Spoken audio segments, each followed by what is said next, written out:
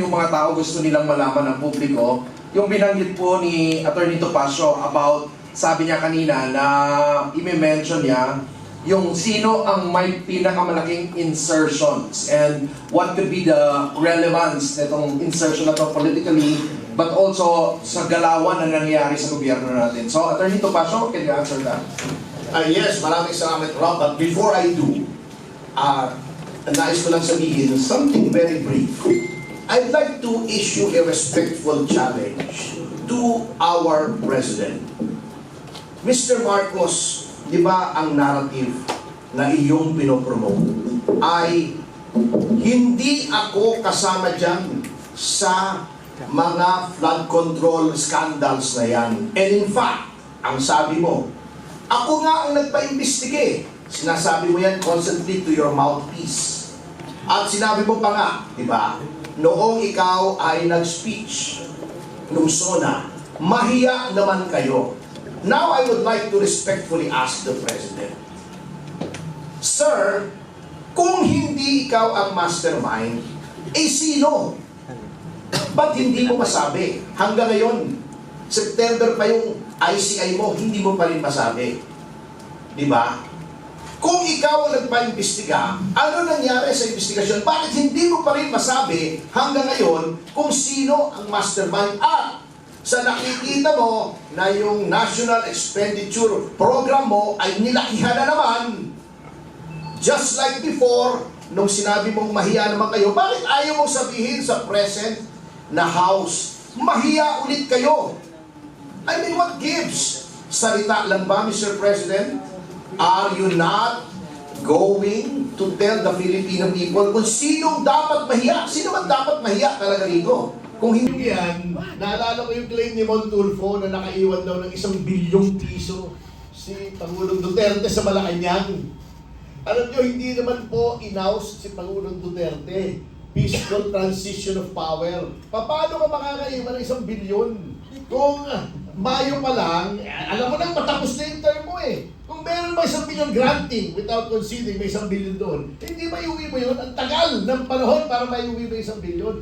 Kung siguro, 1,000 piso, 2,000 piso, nakalimutan mo sa drawer, pwede. 1 billion! Alam niyo ba kung gaano karami 1 billion? Yung 1 milyong piso, ganyan, mga ganyan kalaki, di ba? Mga 12 inches, more or less, yung haba. 1,000 ganun ang 1 billion. 1,000 na 1 milyon. Nakalimutan mo, hindi mo napansin. Ay, yan ang mga tirahang... Boss, 1 minute lang. Ito. 1 minute lang. Alam mo si Montulfo, anak niya sa labas yan si Mandriaga. Sige po natin yung 1 minute and then we'll acknowledge Dr. Lorraine. Yes po, 1 minute lang po. Alam mo ba't ako nagagalit? Una, hindi talaga kilala yan sa PSG, VP PSG, sa security detail ng Pangulong Duterte at Vice President Sara Duterte. Ang dami nagte-text sa amin sa Duterte Youth Party List. Sir, sabihin nyo nga, hindi namin kakilala yan. Puro opisyal. Galing PMA at PNP. Sir, hindi namin nakilala yan o kahit kailan. Yung kaisa-isang picture niyan, nakatabi na solo si Vice President, yan yung inauguration ni Ma'am, na 1,000 taga Davao audience ang nagpa-picture sa kanya isa-isa. Yun lang yun. At pangalawa, talagang ang Duterte Youth Party List, nakakuha ng pinakamalaking boto ng ating mga pulis at sundalo, gusto lang ipaabot ng ating mga pulis at sundalo na hindi man lang namin naging kasama yan, kahit private sa armed forces, kahit patrolman sa PNP, huwag niyang sabihin na kung ano-ano claims niya sa buhay dahil kalokohan, alam ng lahat ng security agencies ng ating bansa, Mr. Madriaga. Pero alam mo ba kung anong dinala ni Laila de Lima nung dumalo kay Madriaga? Saging na saba. Alam naman po natin, di ba, judging by the affidavit that it will not stand legal scrutiny, even more perhaps psychiatric assessment, hindi rin magsastand yan. Baka nasiraan for staying under the Lima's wing. So anyway, acknowledge po natin ngayon si Dr. Lorraine Badoy. Dr. Lorraine, are you still there? Yeah, can you hear me? Okay, loud and clear po. Go. Okay, so I'm listening to Ronald, to Attorney Topacio, everybody it's enraging, di ba? Nakakabaliw sa galit. And this is not the first time. It's been the hallmark of the Marcos presidency, yung kabaliwan na ganito, the insanity. Now, because this is an insane president, and we can talk ourselves blue in the face, as I said, no? Yung mga insertions, all of that, all the tech. Yung kanyang distrito ay 362,362 million. Ang in-insert niya ay 754,000. Doble. 754 million. Million, 754 million. For a total of 1.116 billion pesos. Mas malaki pa yung insertion kesa sa nakalagay sa NEP. Pagdating naman sa Eastern Samar, Christopher Gonzales, 2.7 ang million, 2.7 billion ang hiningi sa NEP. Nag-insert siya ng almost 900 million for a total of 3.6 billion.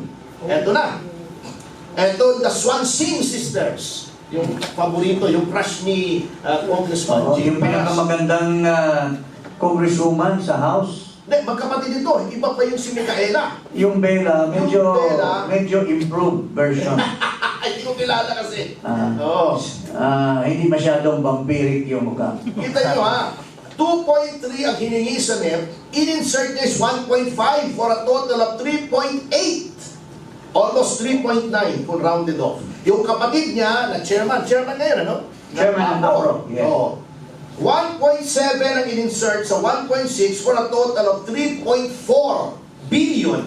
Ano yung billion ang insertions? Yung magkapatid, ang total insertions ay 3.2 billion yung magkapatid. And yung ating speaker na akala natin mag-improve from Mr. Romualdez ay ang hiningi lang sa DPWH na sa NEP ay 1.1 billion.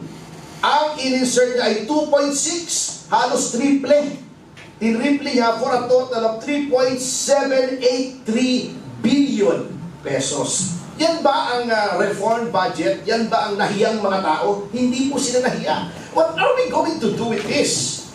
Bago si Vince Tison, sapagkat alam naman natin, alter ego siya ng presidente, kunyari pa, binawasan niya, bago nag-sorry, insufficient data daw, kinastify pa niya yung increase. Kaya daw ganyan lang maliit, kasi mali daw yung finid niya sa presidente, doon sa NEP. Can you imagine? For someone to admit that he should have been fired on the spot. Bakit mali yung binigay mo sa presidente? Na-mislead siya formulating the NEP na kailangan pa dagdagan ng House. Can you imagine ang pinagluro mo tayo? So yan po sinasabi ko, there seems to be no hope. Hanggang matapos po ang termino nitong Pangulong ito, ganyan po ng ganyan. Dahil nga, hindi po sila pwede matanggal ng insertions kasi ipanunuhol po nila yan pagdating ng February 26 ba? O 6? Yung February 26. 6. Yung pagdating ng February 26, deadline, kakailanganin nila yung perang yan. Sapagkat katulad nga na sinabi ni Chairman Cardema, depende ang budget mo doon sa agreement or disagreement mo doon sa pinagagawa nila sa iyo. Ayaw mo pumirma, wala kang budget, pipirma ka, sagana ka sa budget. So, yun po ang malaking problema kung bakit never na ma-reform ang ating budget. Okay, so bago po tayo makinig sa iba pang follow up ng mga comments about that, no? We just want to acknowledge ngayon, kasama po natin sa Zoom si Dr. Lorraine Badoy. She's a physician, political commentator, and also the former spokesperson of NTF-ELCA. So, Dr. Lorraine, naririnig po niyo po ba kami? Sige po, give us your opening statement. We just started and we want to hear what you have to say about, particularly, ang topic po natin ngayon is the 2026 budget. But if you want to say something else, also you're welcome to say that. Yun naman bigat. Sorry.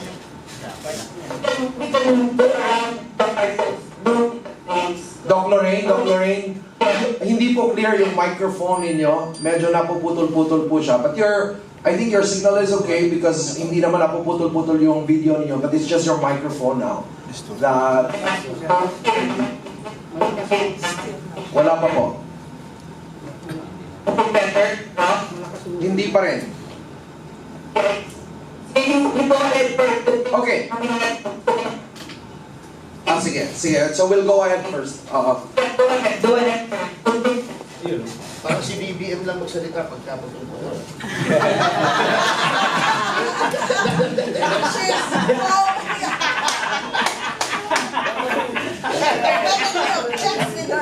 Stop.